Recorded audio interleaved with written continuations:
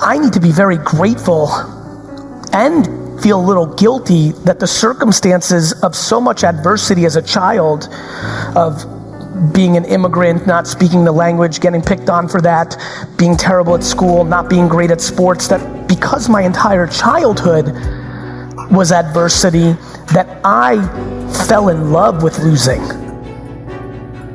I love no. I love your judgment. I love you telling me I'm not, or I can't. I'm used to it. I can't believe that I stand here today during this time and have now understood that all the stuff that sucked as a child, all that adversity is completely the foundation of my success. That we live in a generation now of so much prosperity for so long, and we have over-coddled 2 generations of adults that most people just can't deal with adversity, which is the biggest reason people struggle with putting out content on the internet, because they can't deal with the judgment.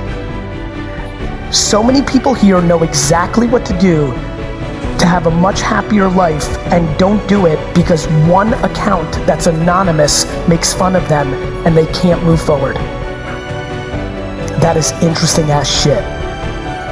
And so I'm spending more time trying to figure out how to unlock that. I talk more and more about, if I can get one person here to leave today to go home and actually have a conversation with their mom, their dad, or their spouse, and actually tell them what they're thinking, and actually tell that person in their face why they're so upset with them because they continue to spew negativity and no to them, which is what's actually stopping them from living their life.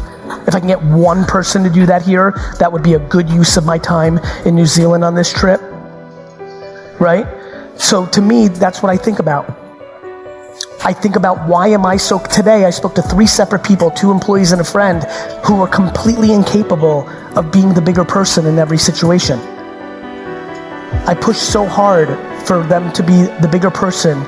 They act like the bigger person, the person doesn't reciprocate, and they completely crumble. They're mad that they were the bigger person. They feel, it's incredible to watch people feel crippled by the thought that somebody's getting over on them. It is devastating for me to see that people struggle with the idea that kindness is the strength, not the weakness. So many of you are being told to be less kind and less of a pushover and charge more and stand up for yourself, and it's ludicrous talk. Kindness is the ultimate strength in our society. It's true. It's true. And when you deploy it and you give more to your customer, to your audience, when you're actually putting out content that isn't a trick to get into a funnel, your free 7-day trial that's a complete piece of shit to really get somebody to sign up and pay is dog shit. Dog fucking shit.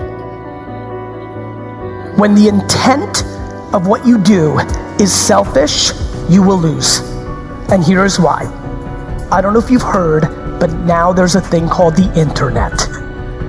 And in the internet, everybody can play. Which means, unlike many years ago, somebody who has better intent, who likes what they're doing more than you, which means they're gonna work harder at it, is gonna come across and take your stuff. And what you're gonna be left with is the bottom feeding people, the most desperate. And if you wanna put your head on the pillow by attacking and bottom feeding at the lowest of the low in our society, knock yourself out. You live you. It's just not interesting to me.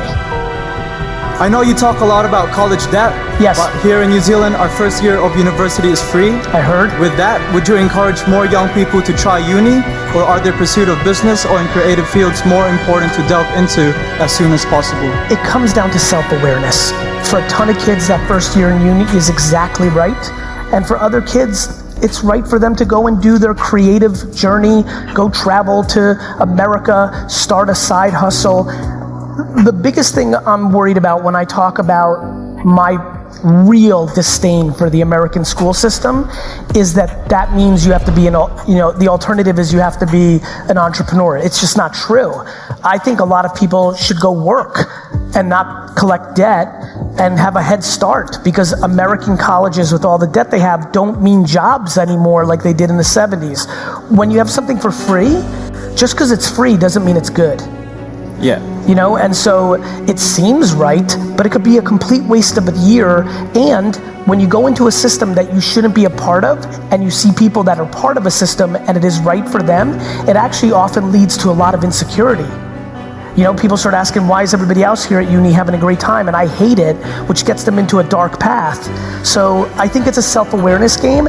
And I think the most important thing, and as I look at young people, I always try to remind them, by the way, not only young people, old people, me, 40s, 50, 80, 90, like, we struggle with contextualizing time. Life is fucking long.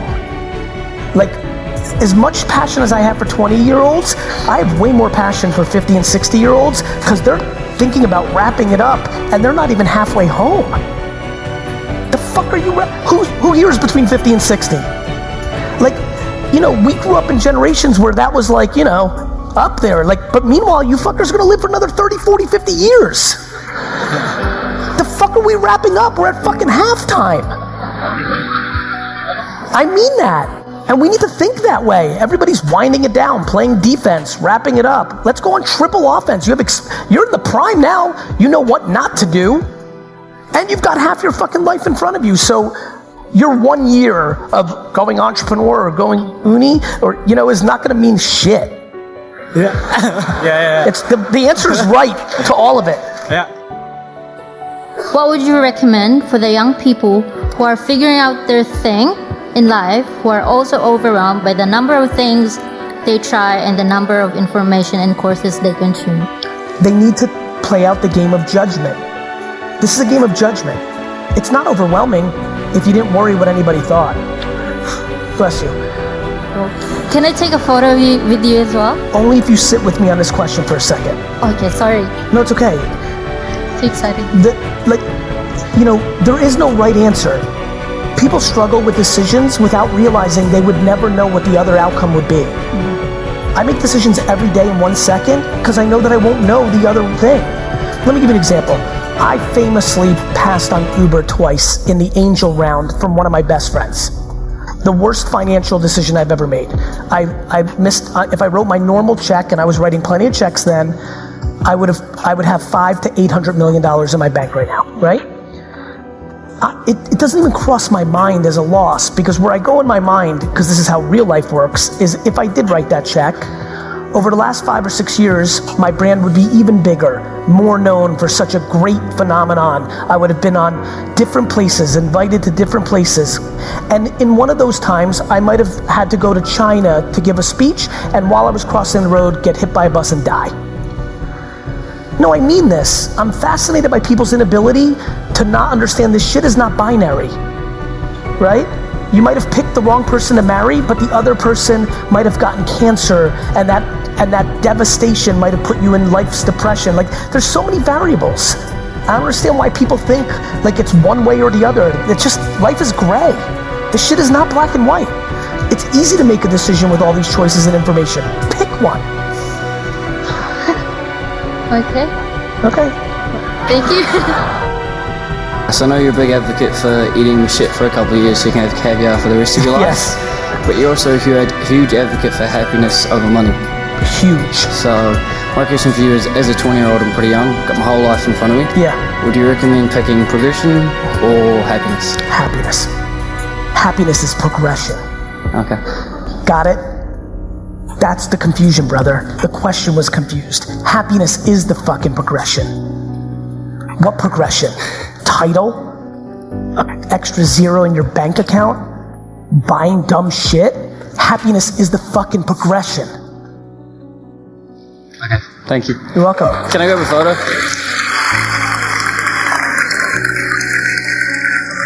The happiest person in this room, the one that wakes up with the least pressure in their chest, is winning.